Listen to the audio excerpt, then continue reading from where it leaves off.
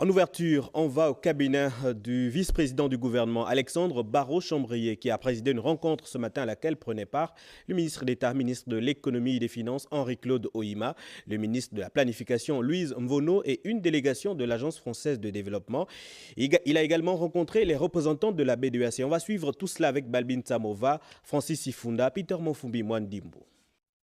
La nouvelle vision du président de la République, chef de l'État, exprimée ici par le vice-président du gouvernement, Alexandre Barrot-Chambrier, au cours de cette séance de travail avec le chef de la délégation de l'Agence française de développement, qui entend toujours accompagner le Gabon dans le projet de développement. Nous avons évoqué les perspectives futures de collaboration entre le gouvernement du Gabon et l'AFD, l'Agence française de développement.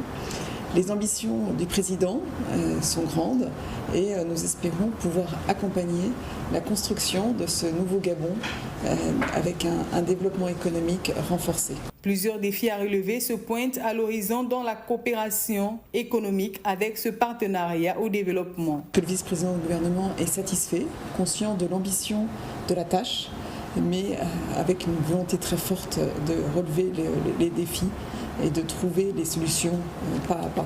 Les défis, c'est la transformation de l'économie pour qu'il y ait un développement économique qui profite à tous, des impacts sociaux aussi, une amélioration de la santé, de l'éducation, de l'eau et de l'énergie également pour l'ensemble des Gabonais. Les questions de gouvernance financière entre le vice-président du gouvernement et le représentant de la BDAC ont largement dominé les échanges entre les deux parties. C'est un travail que nous venons d'avoir nous a permis de discuter sur l'historique de la coopération entre la BDAC et le Gabon. Nous avons abordé la question des problèmes, les difficultés et les attentes de la BDAC pour améliorer la présence de la BDAC, améliorer l'efficacité des interventions après cette grande étape qui vient d'être franchie, l'élection démocratique du président de la République, le nouveau gouvernement qui a été mis en place et qui cherche à régler toutes les difficultés qui visent à améliorer les interventions de la banque au niveau du Gabon. Au-delà du bilan de l'institution financière de l'Afrique centrale, Patrick Hervé Ela-Péké a indiqué la voie concernant le plan d'action de cette entité économique. En termes de bilan chiffré, les interventions de la banque au Gabon, premier pays bénéficiaire des financements de la BDAC en Afrique centrale.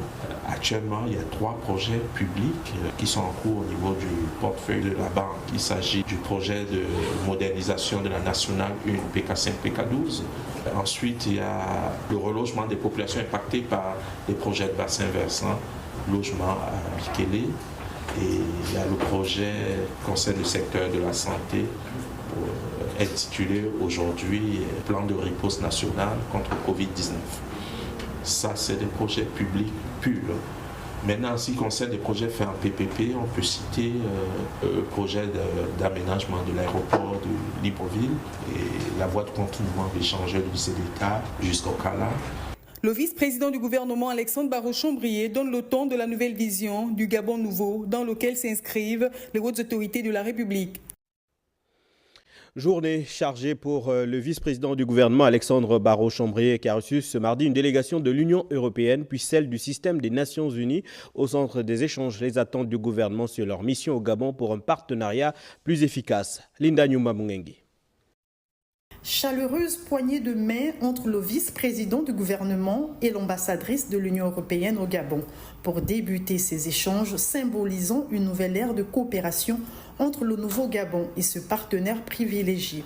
Avec Alexandre Barrot-Chambrier, Cécile Abadi a fait le point de la coopération existante avant d'évoquer les priorités et méthodes sectorielles des actions à venir conformément à la nouvelle vision des plus hautes autorités de la République. Nous avons été conviés pour faire un point de situation, comme cela a été le cas avec les autres partenaires, sur les potentialités de notre coopération, comment le Gabon peut mieux en bénéficier, Je crois que c'était un bon signal et une très bonne opportunité pour nous de recueillir un petit peu les priorités et les défis que nous aurions à relever ensemble. Parmi les sujets dont nous avons discuté, il y a le domaine de la pêche, dans lequel je crois qu'on peut accélérer le rythme d'exécution. Et puis surtout, il y a toutes les nouvelles potentialités qu'offrent nos outils d'appui à l'investissement.